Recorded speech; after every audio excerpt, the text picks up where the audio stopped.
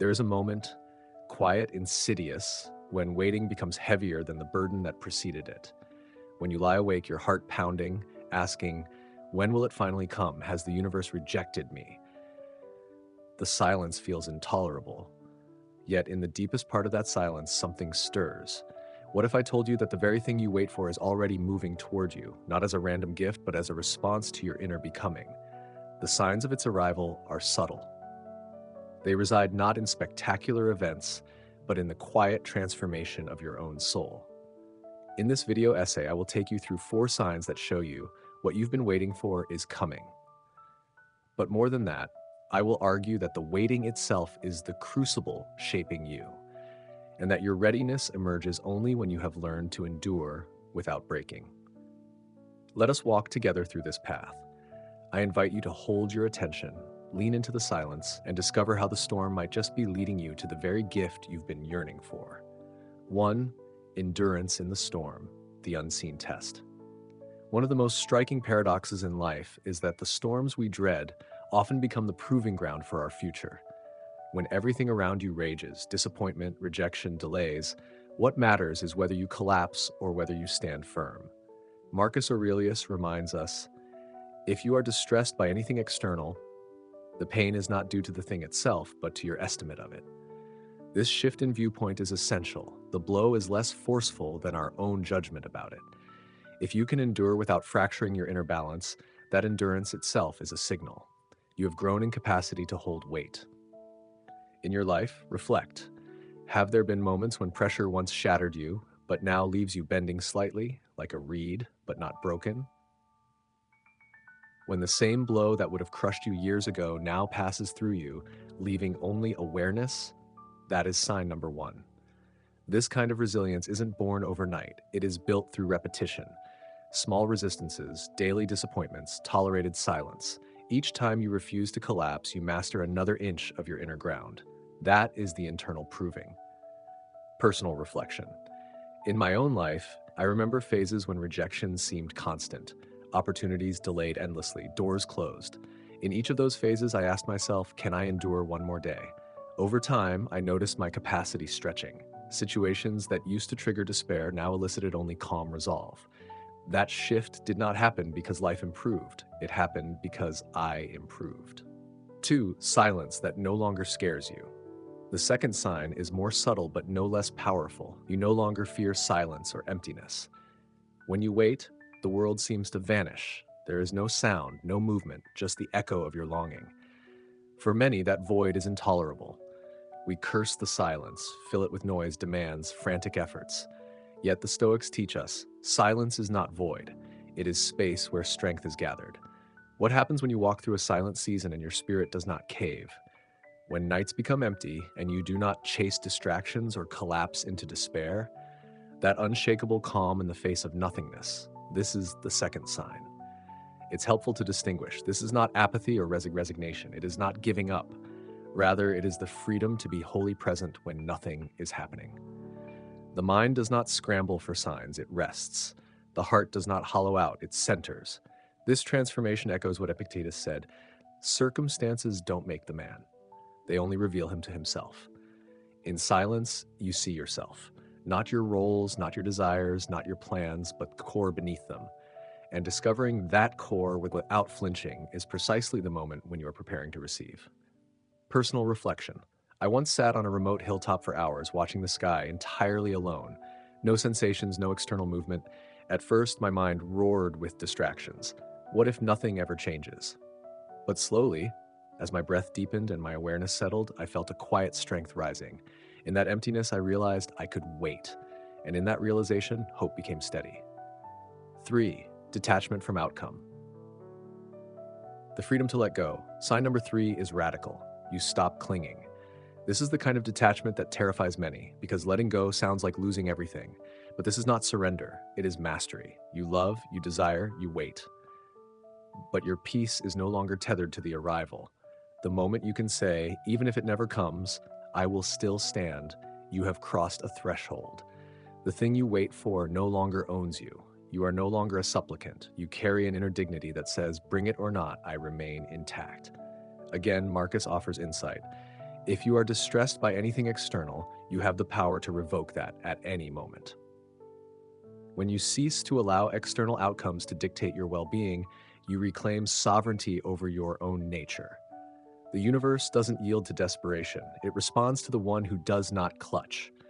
This is the paradox. Once you stop chasing outcomes, the outcome often comes anyway, because now there is room for the gift. The prayer is no longer in the asking, but in your readiness. Personal reflection. In a project I deeply wanted, I reached a point where every delay felt like a personal failure. Then one day I told myself, I will keep creating, regardless. If this happens, great. If not, I won't lose myself in sorrow. The rest unfolded more freely. I had loosened the grip, and suddenly the door opened. Not because I begged more, but because I no longer needed to beg. 4. Stillness in motion, the ultimate proof. The fourth sign is perhaps the deepest, a stillness that persists amidst motion. Life does not pause for waiting. The world moves. Responsibilities, relationships, tasks change, all swirl around you. Yet inside, your spirit remains unmoved. You act when needed, you respond when required, but you do not react from desperation. You stand in the eye while the wind rages. This inner calm does not mean inactivity. In fact, you may be more active than ever, pursuing, creating, sowing seeds. But your actions emanate from a stable core. The wind cannot knock you off balance because your center holds. This sign is a culmination of the previous ones. Your endurance, your comfort in silence, your detachment all converge into this stillness in motion. You no longer clutch the bow prematurely. You don't release at the wrong moment. Instead, you remain poised until the arc naturally sends the arrow. In the words of Marcus, be like a rock on which the waves break, but which stands firm. The sign is not in external triumphs. The sign resides in the quiet composure with which you face the unpredictable tides of life. Personal reflection. There have been seasons when multiple fronts demanded my attention: work pressures, personal crises, conflicting obligations. But I noticed inwardly. Even as I hustled outwardly, there was a calm current beneath. The storms came. I acknowledged them, but I did not collapse. That stillness, I realize, is the signal. Bringing it all together, the inner logic. When you combine those 4 signs, a pattern emerges. Endurance proves your expanding capacity. Silence unshaken shows your comfort with emptiness. Detachment frees you from the gift. Stillness in motion reveals your mature centeredness. These signs do not appear all at once. They may arrive in fragments, wiggles, echoes. You might notice one sign lingering before another follows. But collectively, they map the trajectory. The thing you are waiting for is not outside. It is culminating within you. The video's key thesis. What you wait for arrives not when you desperately ask, but when you have become worthy to hold it. The waiting was never punishment. It was preparation. Every trial, every whisper of doubt, every silent night, those were the hands shaping you. My perspective. I believe this is among the hardest truths for modern seekers to accept. We live in a culture of immediacy. We want visible progress, real-time validation, constant signals. We mistake delayed results for failure, when in fact the delay may be refining us. Many abandon their path just before the breakthrough. I argue that the 4 signs I have described are not optional. They are necessary thresholds. You cannot skip endurance and expect peace. You cannot bypass silence and expect clarity. You cannot avoid detachment and expect sovereignty. You cannot skip stillness and expect to hold power. These are the shaping forces of inner maturity. Practical steps and reflection prompts. To deepen your awareness of whether these signs are present in you, here are some practical steps and questions to reflect upon. Journaling through storms. When adversity hits, write freely. How do I respond? Does my spirit fracture or bend? Do I recoil or stand? Over weeks, you will watch your responses shift. Day of silence experiment. Dedicate one day or a few hours to silence. No social media, minimal talking, no search for external input. Notice how your mind reacts. Do you feel frantic or do you rest? Outcome detachment practice. In your goals and desires, mentally practice releasing them. If it comes, good. If not, I remain complete. Observe how that affects your inner tension and external actions. Acting from calm center. In daily tasks and relationships, practice pausing before acting. If provoked, breathe, remind yourself of your core, then act. Over time, you'll notice a difference in your tone, decisions, and energy. Reflective check-ins. Every 2 to 4 weeks, ask, where am I now on each sign? Reread past entries, sense the arc of growth, celebrate the small shifts. These steps don't guarantee that what you wait for will materialize immediately, but they attune you to discern the signs when it does. Anticipating objections and critiques. Because this framework is not simplistic optimism, it invites legitimate objections. Let me address some. What if I wait forever and it never comes? That is the risk. But the point is, you do not wait passively hoping.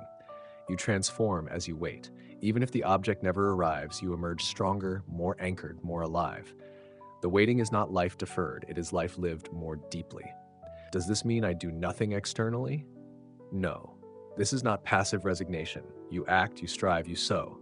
The difference is in how you act, from calmness, not desperation, from alignment, not anxiety. Isn't this making my life harder just to prove something? Yes and no.